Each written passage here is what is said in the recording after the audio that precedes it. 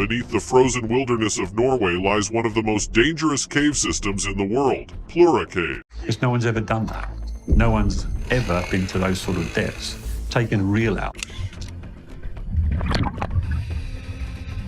In February 2014, 5 elite Finnish divers set out on a daring, high-risk mission, pushing the limits of human endurance. What started as a calculated dive soon turned into a life-or-death struggle. We couldn't even access that part of the cave. This really is just too dangerous. It's not worth to risk your own life. As a single mistake triggered a chain reaction of panicked decisions. Trapped hundreds of feet below the surface, their only options were to escape or perish. This is the harrowing true story of the Plura Cave disaster.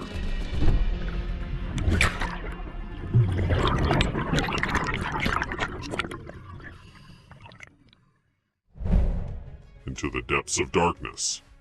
Let's think of a frozen lake, an unbroken sheet of ice, and a tiny man-made hole serving as the only entrance to one of Northern Europe's most treacherous underwater caves. Now imagine slipping beneath that ice, descending into an ink-black abyss filled with frigid water, knowing there's no easy way back. That's exactly what 5 Finnish divers did in February 2014, embarking on a high-stakes mission in Norway's Plura Cave. The plan was set, the team was experienced, but in the blink of an eye, a single miscalculation would send them spiraling into disaster. Located in the remote Plura Valley, this vast water-filled cave system had remained unexplored for decades. Not because people weren't curious, but because it was simply too dangerous. The gear needed to survive such extreme conditions hadn't been available until the 1990s, and even then, few divers dared to venture too deep.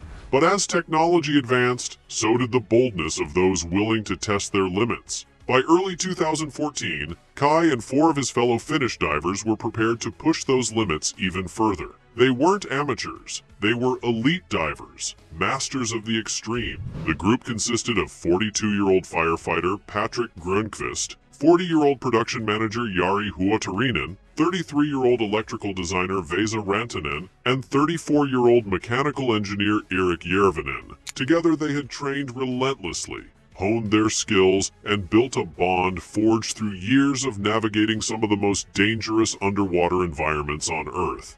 Their plan? A record-setting traverse through the entire length of Plura Cave, starting from its far end and surfacing through the pond on the other side. It wasn't their first time in these waters, but this time, they were attempting the route in reverse, an approach that carried unique risks. Confident in their abilities, they saw it as just another challenge. But as they would soon learn, Plura Cave wasn't a place that forgave even the smallest mistake. The journey to Plura. The journey to Plura was grueling. The team set out from Finland, packing Hari's van with essential dive gear, including a snowmobile, underwater scooters, and air cylinders. As they drove through Finland, Sweden, and Norway, they meticulously reviewed their plan. Precision was critical, as mistakes could be fatal. The weather quickly turned against them. Snow and ice made the roads treacherous, and at one point, Hari lost control of the van, skidding dangerously close to the edge. The scare was brief. They were used to danger. After a few nervous laughs, they continued. After 16 exhausting hours, they arrived at Plura Farm past midnight. The freezing temperatures were brutal.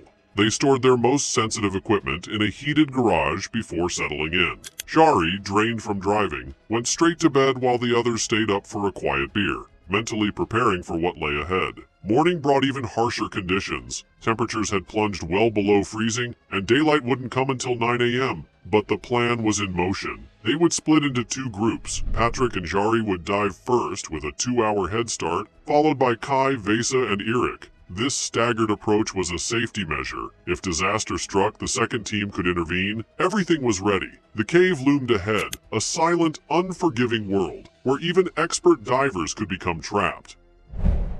The descent into the unknown.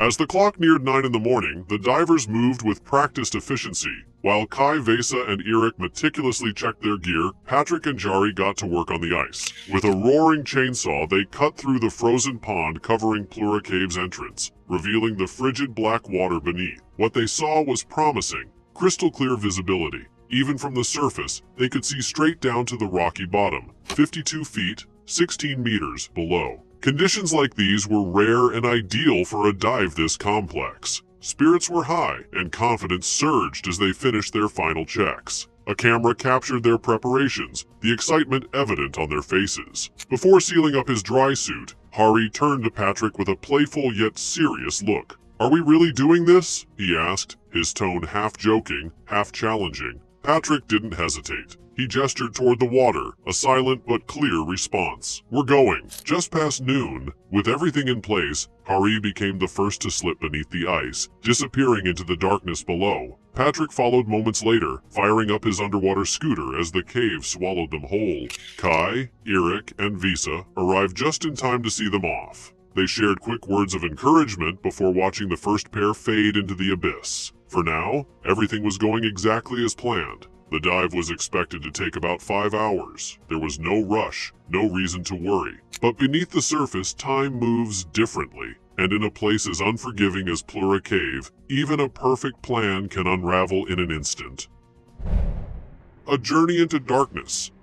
In most situations, an underwater scooter might seem like an unnecessary gadget, something out of a spy movie rather than a survival tool. But here, in the depths of Plura Cave, they were essential. The small motorized devices allowed Patrick and Hari to conserve energy and navigate the flooded tunnels with precision. Every movement was calculated, every breath accounted for. They weren't using traditional scuba tanks either. Instead, they relied on closed-circuit rebreathers, advanced diving systems that recycled their exhaled air. Unlike regular scuba gear, which releases bubbles with every breath, rebreathers kept their presence in the cave almost eerily silent. More importantly, they drastically extended their underwater time, necessary for a dive this deep. But with advanced technology came new dangers. Rebreathers, while efficient, required constant monitoring. A malfunction could cause a buildup of carbon dioxide in the bloodstream, leading to hypercapnia, a condition that could bring on dizziness, confusion, and, in extreme cases, unconsciousness. Even experienced divers weren't immune to its effects. Patrick and Hari knew this all too well, which is why they had redundancies in place. Emergency procedures are drilled into their muscle memory. They were prepared for anything, or so they believed. The cave around them was unlike anything on the surface. Walls of porous limestone stretched in all directions, riddled with jagged openings and unseen dangers. As they descended deeper, the weight of the earth pressed in, the water growing colder, the light fading entirely. At a depth of 426 feet, 130 meters, they reached a marker, a plate anchored to the cave wall by Finnish divers who had come before them. It bore a message, etched into the metal, a declaration that this place had been conquered by Finns, not Norwegians. For now, everything was going according to plan. They were exactly where they needed to be. But in a cave like this, the difference between control and catastrophe is razor thin, and they were about to find out just how quickly that line could be crossed.